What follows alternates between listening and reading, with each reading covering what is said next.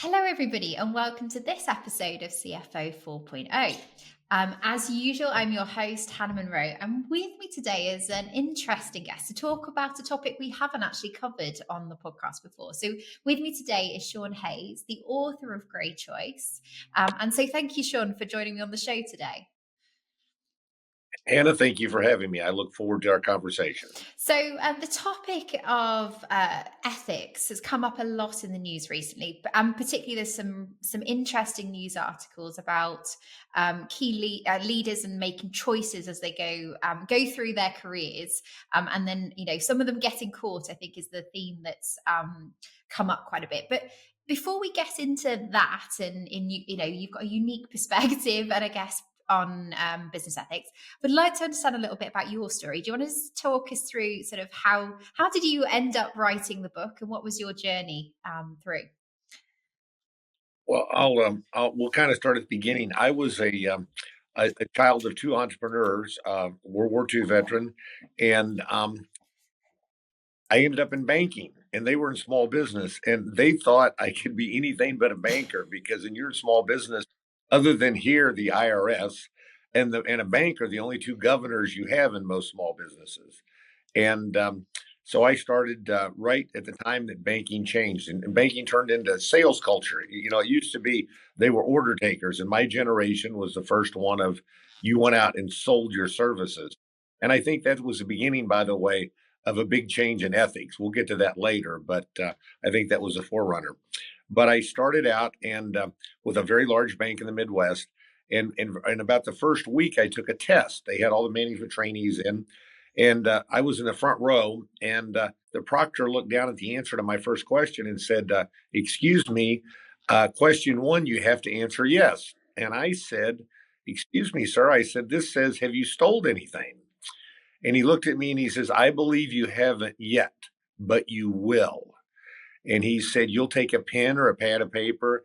And it was interesting that was one of the first things I encountered. But I spent 7 years with them, rose very quickly in the ranks, and ended up running corporate banking in St. Louis, the largest market that we were in, at 25. And then at 29, I was a little slow, Hannah.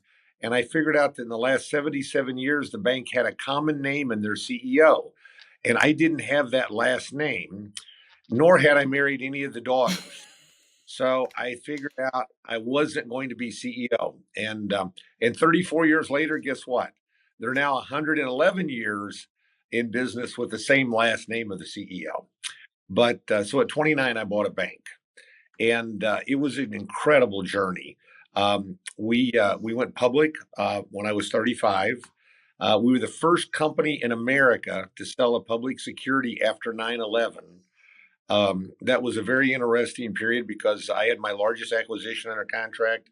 And when the financial markets, literally the morning of 9/11, I was flying out east to start a roadshow to sell the securities for the acquisition. They had to close at the end of the month. And it's a fun story in the book. But if you'll indulge me for 1 minute here, I have to tell you my favorite story. We buy this bank, and it's 168 miles from civilization.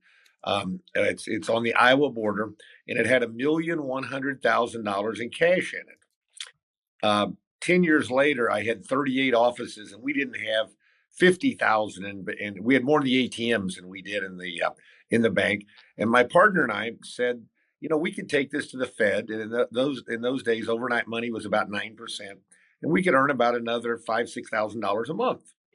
So Hannah, we loaded $750,000 of cash in the trunk of my car because it was going to cost $250 for brakes to come and get it, and we had to wait a week. And I drove 168 miles in the dark with no security, no insurance. And then we got to my house and we unloaded it, and I slept with $750,000. And then the next morning, we loaded it back up, and at about 5 in the morning at the Federal Reserve Bank of St. Louis, there's all these armored cars and one red Buick full of cash. So I guarantee you, I'm your only guest who's either been crazy enough or stupid enough to carry around $750,000. But we had a lot of fun. We grew 80-fold in 9 years. And that's in banking. This is not in technology. And, most banks, if they grow 5, 8, maybe 10% a year, that's something. We were a darling of Wall Street because we had double-digit earnings growth quarter over quarter the whole time. And we were very focused because we were all large shareholders on the bottom line and on asset quality. And we did a lot of crazy things. The thing that I talk about sometimes is what I call my biggest failure. And that was before my biggest failure. But I made a mistake in technology. We were being a small company was an advantage. Um, we started out probably in 1989 as the 15,000th largest bank in America, and we ended in 2003 as one of the top 100. So that gives you how much we grew. But along the way, I made an error in technology, and I made three acquisitions in a window. And a woman that looks much like you, who's a brilliant technology person, kept saying, "Shaun, we can't do this," and I kept saying, "Kim, we can." And that's an interesting period. And it cost us a lot of money, but Wall Street never knew it because our earnings were up 25%. And that's when I learned this lesson that I would pass on to your viewers. It's not an ethical one, but the buck, as Harry Truman would say, always stopped at my desk. And I went for about a week wanting to fire someone. And after about a week, I figured out I should have fired myself because I made those decisions. But that's the run. We sold out to the seventh largest bank in America. And then um, I spent 4 years with them, and all of a sudden it became 2008, and they went from a double A rated credit bank to failing. Now, people don't fail at that bank size anymore. You merge. You never really fail. Someone buys you, and they disappeared. $100+ billion bank, and I lost a tremendous amount of money. I had bought another small bank as an investment. I was in real estate, and that was the beginning of the climax of my ethical issues. So that's a short story. And that's a hell of a story. And I can genuinely say, I think you are the only person on this podcast that has driven around with over $1 million in cash in your boot. So you can absolutely take that one.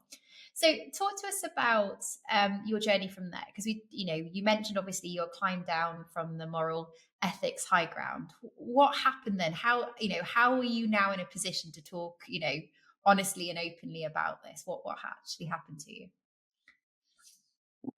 In the intro to the book, I say that I was fly. I didn't fly. I flew, but I never flown a plane. And I used to have an investment in a healthcare company. And one day I had to fly a plane. I said, "We fly so much. You need to know how to operate this plane." And Hannah, I will tell you that I'm not afraid of flying, but I was afraid of being the pilot. And I thought I was in perfect line with where we were going. He let me fly for a period of time. And then all of a sudden he said, "Shaun, I'm going to take over." And I was tremendously relieved. And he said, "In a couple more minutes, we would have been in restricted airspace and they would have scrambled F-15s.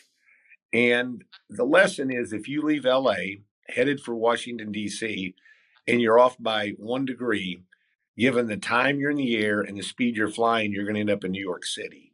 And that's what happened to me. I think that there's certainly a small percentage of population that have the criminal mind that want to do the wrong thing right now. But most of us, it's one little decision at a time.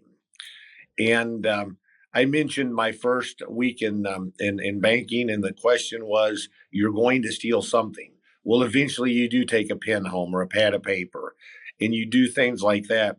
And over time, you slowly move, and that's why the book's called The Gray Choice.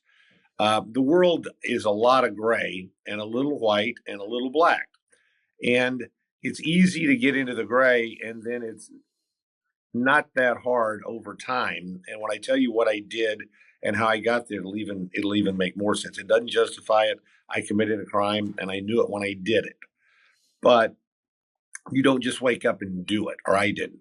And one of the lessons I learned that I always like to stop and say is we used to spend a lot of times in meetings talking about what was an appropriate gift level for an employee to accept from a client. And having been what I've been through, I would tell every executive, zero is the appropriate amount because your judgment is slowly clouded. And if that happens over many years, what starts out to be a harmless, de minimis amount of a gift gets a little grayer and a little grayer and a little grayer, and it clouds that individual's decision making ability. And what happened to me was I believe that in business, most as in life, most decisions are based upon fear or greed. And when 2008 hit and I was losing millions of dollars a week, fear was definitely there. And then an opportunity came along that was completely legal that I had done in smaller versions hundreds of times. And I'd watched a man that had been a mentor do in very large versions of buying debt at a big discount and reaping the rewards of the liquidation of the debt. And the transaction that I compromised my ethics and it cost me my family, my freedom, my friends, and my fortune was in a debt transaction where we were buying debt of a real estate developer from three different banks. And I had lined up friends of his who were very creditworthy because we wouldn't lend him money. But his job was to liquidate the real estate, which would have had my bank make a gain. Those individuals would have had a gain, and he would have made money, and he would have gotten rid of tens of millions of dollars in debt. At the 11th hour, one of the banks, I was a partner with him in a development that was going to have a Target store on it. It was a performing loan. There was nothing wrong with it, but they didn't want his name in their bank. And so what they did was they said, you have to include this in the package. Well, it was August 31st, 2009, and it had to close that day. We've been working on it for months. And I believed since I wasn't taking any money, that was my justification, Hannah. And I knew the moment that I said, okay, we'll put it in the package, I committed a crime. There was no doubt. I could look myself in the mirror because, as we say over on this side of the pond, when you rob a 7-Eleven, they call the police immediately.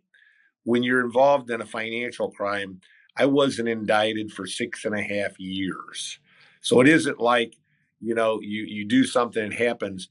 And I was able to get myself through that because I didn't take any money. What happened is that once this transaction closed, this man literally, we eventually committed suicide, but he just literally didn't do anything. And he stuck his friends in a bad situation. He put the bank in a bad situation. And because the one asset that I was involved with was in that group of hundreds of loans, I committed a felony. And I didn't just wake up one day and think I was going to do it. As you can tell, it took a long time to get there, and I did it. Yeah, and I think that's kind of what we're talking about today, isn't it? That slippery slope of going down the wrong hill, and you don't actually kind of realize how far down that slope you are until you suddenly stop and look back. And you know, for those that are, I guess, in positions of authority, and are, and I guess finance directors, like, they're seen as the ultimate integrity holders for a business. You know, on the flip side, how hard do you think it is to maintain that ethical standard? Because there isn't that much holding you to it, is it? A lot of it's about your personal ethics. It is, and I was on a TV show several months ago, and the man who was grilling me, I know him and I know his wife very well, but he was just on me, and I kept saying, one, I can't argue with you, but you're telling me that there are perfect humans. And as I went through this journey, there's a book written by an attorney that says every business person commits at least one felony a day because no, it's that thing of white lie. What's the difference between a little lie and a big lie? And fraud is a very bad term and a very big term. And there's a lot of things done in business that are not necessarily fraudulent, but they're illegal. They didn't go into them with that thing. So I'm not saying that everyone does it, but I would say it's a much higher percentage. And I had dinner with some people the other night. when I was in the banking business, we had a lot of people who committed fraud, but we didn't turn them over to the authorities for this reason. It was very selfish. If I turned that person over to the authorities, I was going to lose a lot of money. If I used them to work through my problem, I might not lose any money. And since those of us who sat around the table owned over a third of the company, and I owned 5%, I wanted my money back. And so what we did was we made a business decision of we're going to look around their bank fraud and we're going to get our money back, but we never chose to do business with them again. And that was a different kind of situation. So I think you'd find it's more prevalent than people want to admit. And I think it goes back several thousand years when the question was asked, "He who is without sin cast the first stone," and no one did. So it's that doesn't make my fraud any better, my crime any better, but it's far more prevalent than you realize. So that statement's quite, I guess, not scary is probably the word, is that I think we're all more vulnerable to the grey than we realize, and potentially people that we're working with are maybe working more in the grey than we realize. So how do you, like looking back, what would you have done differently? Apart from not making that decision, but is there anything that you would have done differently in the lead up to that point? That that's a great question. And here's what it was. For 15 years, I had, and I stress this to people, and when you read it and you hear it, but a whole lot of us don't do it. For 15 years, I had three men and a woman in my life that helped me unbelievably accountable. And I was actually telling stories about Virginia last night. She was the best director you could ever had, and what a mentor. But those four people, we met once a week, at least once a week for 15 years. And I had an accountability circle. And when I sold out and I became one of the top 35 people of a company that had 36,000 employees, I did not have that kind of group around me. And then when I went back out on my own, given the time that it happened and the age of those people, when you're 29 and you buy your first bank, most of the people you're dealing with are 30 plus years older. And so they were now retired, or as I say, dead.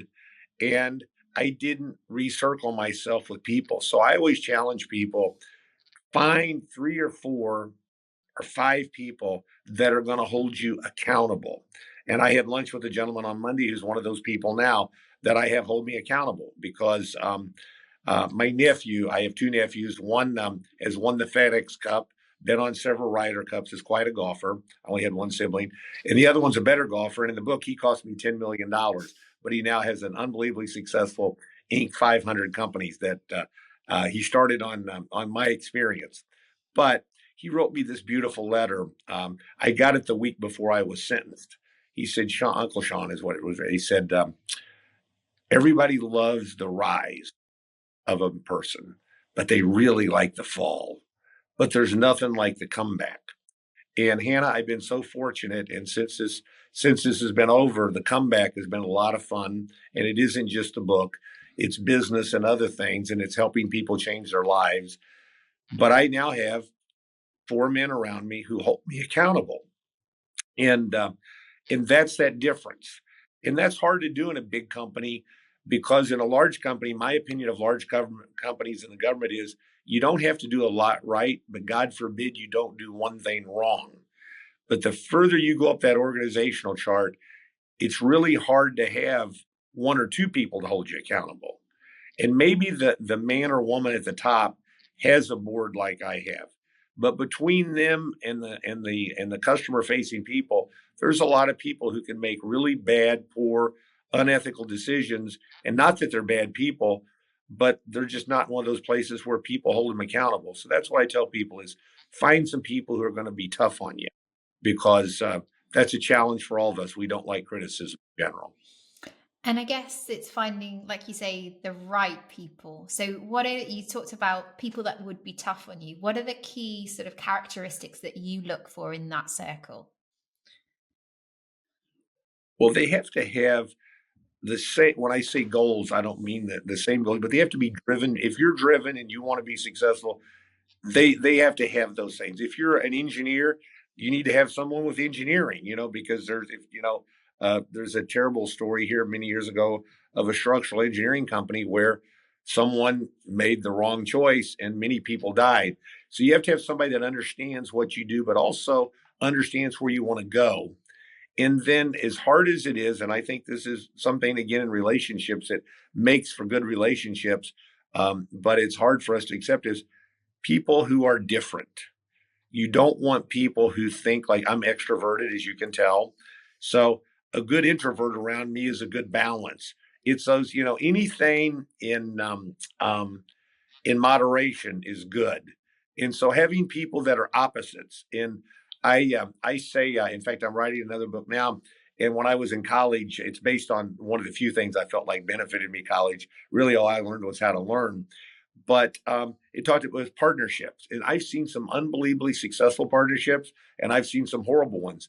And the most successful ones were where the people were almost opposites. You had the salesperson and the engineer, the salesperson and the accountant, where you had someone that was totally different that was watching, and it went both ways. And so the people around you can't be clones of you. And we tend to like to birds of a feather flock together. And that tends to make for weak accountability partners. And so it's hard for people to want that, because at the same time, they're trying to raise a family or they're in a relationship and they're balancing those things. But in your career, it isn't just who you work for or who works for you or who you work with, it's who's going to hold you accountable. And I think that I read a study about 30 years ago, it was on octogenarians. And one of the things that they said that they didn't realize they'd live so long. And I think we all hear this, but it's hard to take seriously until you get older, as I am. Life isn't a sprint, it's a marathon. And sometimes we forget that and we think we're making long term decisions and we make a short term decision, as I did, which I made a lot of good ones and a lot of bad ones. But the critical one that unfortunately defines me today, I don't believe it'll define me by the time I leave this world, is one that I made thinking of a sprint, not a marathon. Because in reality, I knew that when that decision I'd done it wrong. I thought, one, I wouldn't get caught, and two, I justified it, and three, that it might buy me a year. Well, it bought me about a year, but it cost me 10, certainly 37 months in federal penitentiary. So I wasn't thinking long then, and that's another thing. You have to always look at the long term goal. And you're going to fail, and that was a hard word for me to accept. But failure is an event, and I just ended up having to fail really big so that I would understand it better. And but I don't want your listeners to experience that, and that's what I get out and tell people is push yourself, yes, but challenge yourself even more. And the game's fun. I love the game.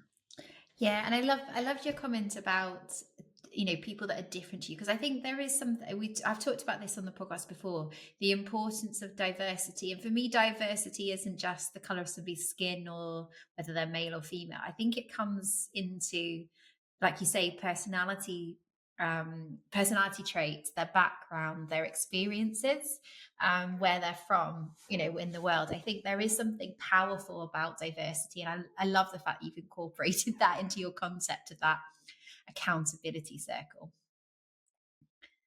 Well, well, thank you, and two, I will go back to one other thing about diversity of color and sex.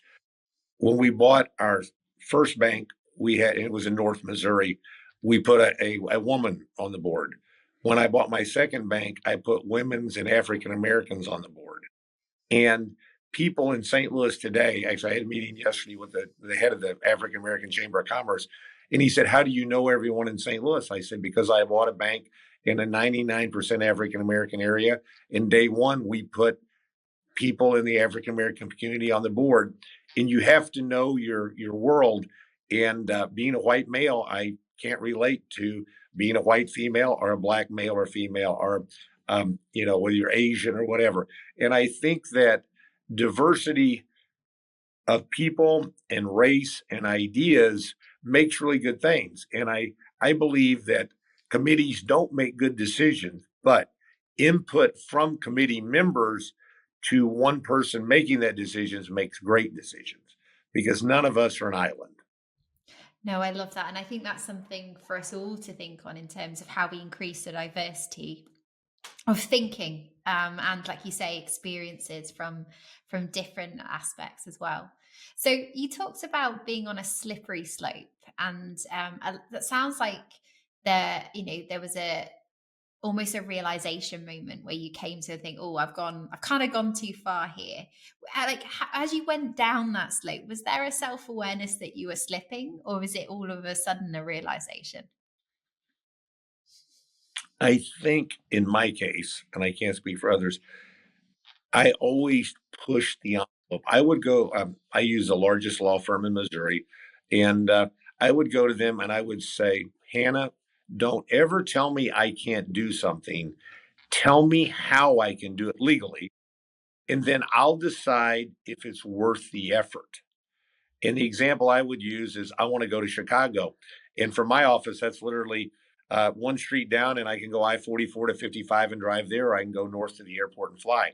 But the example I would use in their case is, well, Shaun, you have to take the train to Kansas City. You have to rent a car and drive to Des Moines. You have to hitchhike to Minneapolis, and then you can get a plane. Well, that probably doesn't fit what I want to do. So when you constantly have that issue of pushing that envelope, it's very hard to tell when you cross the slope because we were constantly, there's a chapter in the book called Pushing, Pushing, Pushing. We were literally overdrawn at the Fed, which, individuals do that frequently. But we were a bank. I think we were overdrawn 7 days in a row. They don't like that. But and it wasn't intentional. It was that we were fighting a liquidity battle. And and you've watched in the last few months, quite a few banks in the U.S. and Credit Suisse really fail over liquidity. And so we pushed. When you push the envelope everywhere, it's hard to tell when you really hit that really slippery part of the slope. Because in business, again, there's a whole lot of gray that's not illegal and certainly not morally wrong, where there's really margin. And we're near an industry as banking was, which is in a long-term cyclical decline. It's consolidating. When I got in it 40 years ago, there were 30,000 in this country. Now there's 5,000. You all have not had that problem for centuries. But you have to do things that are out of the box. I didn't say illegal, but you have to have a niche. And so since we were always searching for a niche, we tended to operate in the gray. And so you get out there, and it's like walking around the dark. You think you know where you're going, and you're very confident, and then you fall right over the cliff. So is that something you tell people to look out for? Is almost if you feel like you're being constantly pushed into maybe the darker grey area versus the lighter grey area, perhaps you need to take a pause and think, oh, kind of if we go back to self-awareness, what are the signs people can look for to go, actually, I just need to just check myself. I need to make sure that I am comfortable with where I am sitting right now. And that's why I talk about those three men and that one woman, where literally once a week we talked about these things. Right. And I had, and they were all successful in their own right, and in diverse industries. None of them were in banking. And we didn't look at. And I talk about this a lot in the book. If someone asked me why do we do this, if I ever said that's because of the way we always did it, that usually meant we ended up changing it. And so when you have people that push you in that way every way, when you're talking about these things, you find a comfort zone in which you classified as the light gray, where there's margin, but you also have a natural barrier of people of we're not going to cross that line. Because you think about the decision I made, if I would have run that by any one of those four, I wouldn't have done it. But they weren't around. And again, I could say, Shaun, you're not taking money. And bingo, I took the step. but there's no way that would have happened with those men, with those three men and that woman around me. And that's why it's so important. And that I just can't stress enough. And by the way, your significant other, your partner, your spouse is probably not one of those four people, because in relationships there's always a little, if not a lot, of manipulation. And as well as that person knows you, that's probably not always going to be the person who tells you no. I didn't say never, but I said not always. And so they need to be for people that are truly um, have diverse backgrounds, diverse experiences, and like-minded goals. So Absolutely. And I think, does it worry you that in business there are so many opportunities for grey? So if we think about a lot of the conversations, some of the stuff that I read about coming out in terms of, the newest and greatest unicorn that's coming out of Silicon Valley and how they've got there and what they've done, it's almost like this expectations of massive success is actually driving issues and more pressure to go into that grey versus living in the white space. see, here's what I believe. I believe that gray's always. I have five children, and my second son is very similar to me. And I always tell him, Brooks, there hasn't been a new idea in 10,000 years. It's just Love that. so. I would say, Hannah, all those things are out there, but because information and really power and money is made and controlled with information, is that before there wasn't that information, and so we didn't know it or see it. And I think that probably, well, I know what I did, if I would have done it 50 years before, would have never been figured out because it was that complex. But I think so many things in generations before were totally dark gray, if not wrong, but the information didn't get out. And I think if you look back at history, a lot, I was talking to Winston Churchill is one of my favorite characters in history. I think that he and Franklin Roosevelt are the greatest people of the 20th century. And I have to do this because of where your show originates. My favorite quote in the history of mankind is this: never in the history of mankind have so many owed so much to so few. But I was talking to, I'm involved in a ghost kitchen business here we're launching. And the CEOs had two successful tech businesses. And he's a bright young man, but my opinion is younger people today, he's 36, they are not students of history. And so I said, you need to read about Churchill. You need to read about business. You need to understand these things. And I said, did you realize that Winston Churchill was almost broke for a long time? Forget that he was out of favor as a politician. But if he hadn't written certain articles, he literally did that to buy alcohol and tobacco and eat. And he was like, and his opinion was, well, he was Lord Winston and he was wealthy, and the one. I said, no, I said, you don't understand. People had all kinds of challenges that you don't know because you don't study history. Well, all that information wasn't there. Where today it's on the forefront. So I think that there were just as many challenges before. They were just different. And and today, it's more prevalent because you see it more. But I have to say, in the last few months, we saw First Republic Bank fail. And I look at what I did. And one person interviewed me and they said, you're the only person from my financial crisis that was a CEO who went to prison. And I said, that's probably true. But the men on that board that paid, and they were all men, that paid themselves obscene bonuses belong in jail because I know the business they were in, and I've been out 10 years. And 20 years ago, we could have predicted they were going to have a huge problem in the next year. Yet a few months before they failed, they paid themselves tens of millions of dollars in bonuses. And 50 years ago, you would have never known that. Today, I'll be shocked if the Justice Department doesn't do something. And that's again information and timing of the way speed of information is. And there is a difference, isn't there, between what is legally wrong and what is morally wrong? And what's your perspective on that, particularly in the business world at the moment? Unfortunately, you can't morals. You just can't do. You try. You have norms. You try to set the best example. My now former wife was an employment lawyer. And she was the one that when a woman filed a harassment suit, since she was with a large law firm, she defended the male, and because a woman can go after a woman in court, not a man. And she's a very bright and tough woman, but she was amazed that we never had a discrimination suit. We never had age, sex, race discrimination. We never had sexual harassment, and that was a cultural thing. So on morals, that to me is, and I would say those years I was CEO, my title was chief culture carrier, and I set the norm for the culture. And the culture was we treat each other with respect, and we treat each other like we want to be treated.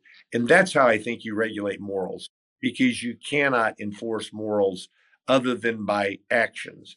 And even then, you're going to fail, and that's human nature. On the other hand, when it gets to the legal side, you really, back to where I started, you have to have policies that just say this isn't tolerable and it's one strike and you're out. And that's a hard thing to do. And very few companies have the fortitude to do that because they're looking over their shoulder at the earnings or results or the whatever. I have a friend who has made a fortune consulting large companies. He's a psychologist. He deals with pornography issues in men, but his specialty are large company IT people. And why is that? Because if you're an IT person, you can get through the system, where a person like myself, if I put in a bad word and hit enter, I got the email back and it went 20 places. And his business model is based on consulting those people. There's always going to be people who are going to figure that out. And large companies would fire you or I for what happened, but IT people are so hard to get, especially cybersecurity, that they figure out a way not to fire them. Well, you're just, if you're letting them slide here, it's going to happen over here. And I believe a lot of IT breaches are caused by issues. Well, we didn't fire them for pornography, but we had this breach of, a million of our clients' social security numbers getting out. And there's probably a correlation. And probably in the next 10 or 15 years, that'll come out. So you have a zero tolerance policy when it comes to those things. So it's not just about, dealing with the big stuff. It's actually, like you say, it's about dealing with it when it's small and seemingly insignificant, but sticking to your guns at that early stage. It's the pencil. You're going to take the pencil one day. And then where do you go? And I think that's good. And I think most like you say, a lot of FDs will see the dangerous side. So they'll feel pressure from either the CEO or the head of sales and revenue or being given things that perhaps they're not comfortable with.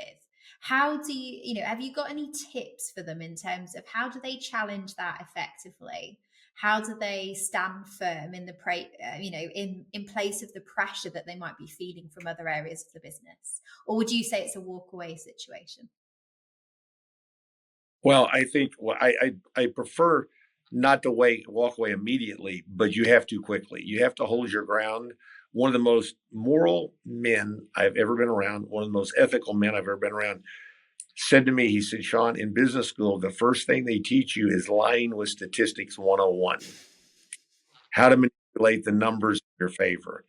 And that's where it starts. And you have to say, the numbers are the numbers, and this is how I believe we would present them. And I was going to say, you have to walk away after you've presented your case and you lose. Now, I also tell people, don't quit that job until you've got the next one, but that's the day you start looking. The day you feel compromised is the day you start looking, because if it's one compromise, in another few years it'll be 10, and then you never know where it goes. I got to through this journey, I've gotten to know the guy from Archer Daniels Midland, who eventually became the witness. Matt Damon played him in the movie. And when you really read his book and you meet the man, it's the same story. It started with the little things, and then one day it was, it was as they taught us in banking, we'll teach you to lend 1,000 and then 10,000 pounds and then 100,000 pounds and 1,000,000 pounds. And before long, I could lend you 50 million pounds. But you start out with one, and before you know it, could be a billion. And and that's where you end up in a place you don't want anyone to go. And I certainly don't want anybody to. If anything out of our chat today is if one person changes course, it was all worth it. And I think one of the challenges is that there is a huge amount of pressure to succeed, to post these results, and to drive growth within the business. What's your perspective on the difference between like risk taking and being smart risk taking and impactful, and dangerous decision making? Like how would you advise somebody to manage that through? Well, one, I believe if you're going to be successful, you have to take a risk. So I'm the first person to say you have to get up every day and you need to take a lot of risks. You need to be willing to fail. I don't hope, hopefully not catastrophically, but you need to again go back to those three or four or five people and say, what do you think of what I'm doing? And as long as they're keeping good people will say, these are the boundaries. You're within the boundaries. I might not take this risk, but there's nothing wrong with it because you have to look at the downside. And in particular, when you're younger, you don't look at the downside. Maybe when you're older, you look at too much of the downside. That's back to that balance in that group. You need people a little younger than you are at times and people older than you are in that group, but you have to take risks because one, that's how, if you didn't take a chance, I mean, look at Thomas Edison. We might not have a light today. It took him, 10,000 tries to get a light bulb. And you have to be willing to accept failure. And that was something I couldn't do. Failure to me wasn't an option. And then once you fail at the catastrophic level I did, then you truly learn it's only an event. And, and that's something in risk taking, you have to be willing to fail or you shouldn't take that risk. And maybe that's where you need to either change what you're doing or say, this is a level I'm comfortable at. Because there's nothing wrong with being comfortable at some level in your career, whatever you do. I like that. There is this kind of constant pressure, isn't there, to always be better, always be going up the scale. But actually there is a point where, there's nothing wrong with staying where you are if it's a level that you're happy and comfortable and you can do what you need to do at that level. I completely agree. Amazing. And so this has it's been genuinely fascinating, Shaun, to hear your perspective, almost having sat on both sides of the fence, led and built a successful company, but also made mistakes that you're able, you're now looking back on. What would what are your top tips for balancing ethics within an organization? To CFOs listen to this, what are the key things that you want them to take away from today's podcast? Especially as a CFO, it all gets down to numbers. So the quality and the ethics around the numbers have to be near perfect. No one's perfect, but near. You can't tolerate anything. So at the level of the CFO, it's a zero tolerance. It's also one of trust but verify. You have to do that. I was given that we were in banking and we had a lot of lenders. I was notorious for asking the audit people to look in their bank accounts and see if they had any even dollar deposits. And my theory was if somebody was going to bribe you, they might give you $500 or 1,000 in cash. They weren't going to give you a check. And if you put it, and so why would you have a round deposit in your account? But it's those little things that somebody in the CFO's chair that you want to audit the people around you. You cannot make the assumption, and that was one of my errors and my crime is I made the assumption that this man wanted to solve his problem as bad as I wanted to solve mine, and that's not always the case. But I'm keep going to go back to at that level of CFO, have some friends. One should be a CFO of equal stature in another institution, another organization. One should be someone that has a very technical background because CFOs do, but somebody should have a very sales oriented background because sometimes when you're counting the numbers, you take for granted what the salespeople tell you, and it's that diversity of people you surround yourself with, and you need that, and it can't be some fluffy trade group where you get together once a quarter and share, best practices. It needs to be people who will have a cup of coffee or a cup of tea or a beer and look you in the eye and say, Shaun, you're going down the wrong path if you do this. So That's amazing advice that you've just given us. And I think there is something, like you say, about understanding the perspective of the people that you're dealing with. And I love that tip about having a salesperson potentially in your circle as an advisor. That's a great shout. Well, I want to say thank you so much, Shaun, for being on the podcast with me today and answering all of my questions. If people want to know more about yourself, your background, and about your book, where's the best place to find you, and where can they learn more? It's ShaunHayes.com. And by the way, I spell my name right. It's a SHAUN Hayes. So I have to tease people about that.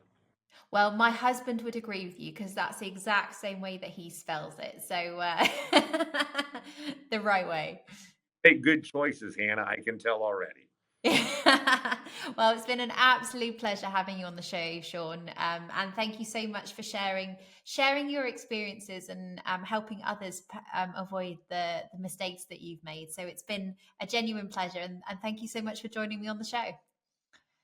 Thank you and have a wonderful day.